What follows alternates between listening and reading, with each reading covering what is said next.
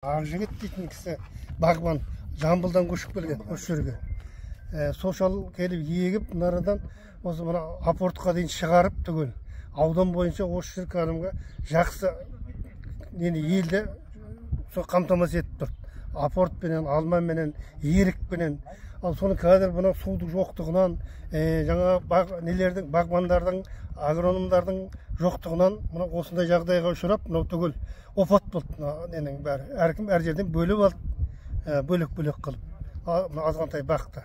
Ол кәдімгі өзіміздің беткүстар бағымыз еді, осы мақтанышымыз. Енді қазір осындай жағдайда ұшырап жатыр. Енді мынау су дейтін, мынау жер асты су бұның көп сарқылмайтын, әуелден шығып жатқан мына жерлер бұлақ еді. Қазір мына заман мына не болып кетті, соңғы кезде жауын жоқ, қар жоқ. Мына қар дейтін баяғы қыс бойы жататын қарлар жоқ қазір. Соның кесірінен бұлар бүткіл жер асты суының бәрі тартылып кетті. Мына сай-сайдың бәрінен су ағып жататын еді. Кез келген жерден бұлақ ағып жататын еді. Оның бәрі қалды, қазір су кетті. Ал енді мына жер асты қазір енді бұлай сол баяғы Союз кезінің өзінде жер астында көл су бар дейтін еді. Мына жеткілікті тұщы су, ауыз суға. Сол кезде мына ертеде осы мына 70-ші жылдар ма?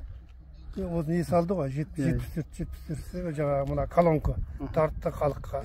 Қызық көрдік, қызықтадық соны. Міне 94-ке дейін 75-те келдім.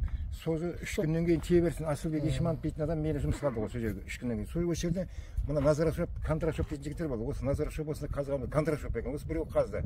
Осы жерде осыдан су молайды. Содан біз колонка тұрғыздық. Осы колонка дейтін бар ғой. Қанша жыл тұрды? Осы үкімет құрғанға дейін колонка бар.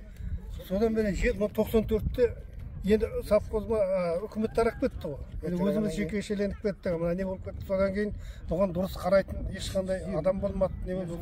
Ақырында әр жерден жаңа нелер торбалар тиесілді. Оны ремонтты жаңартатын оны ол уақытта ешқандай заводда құлаған. Бірнеше торба қысқарған бұдан.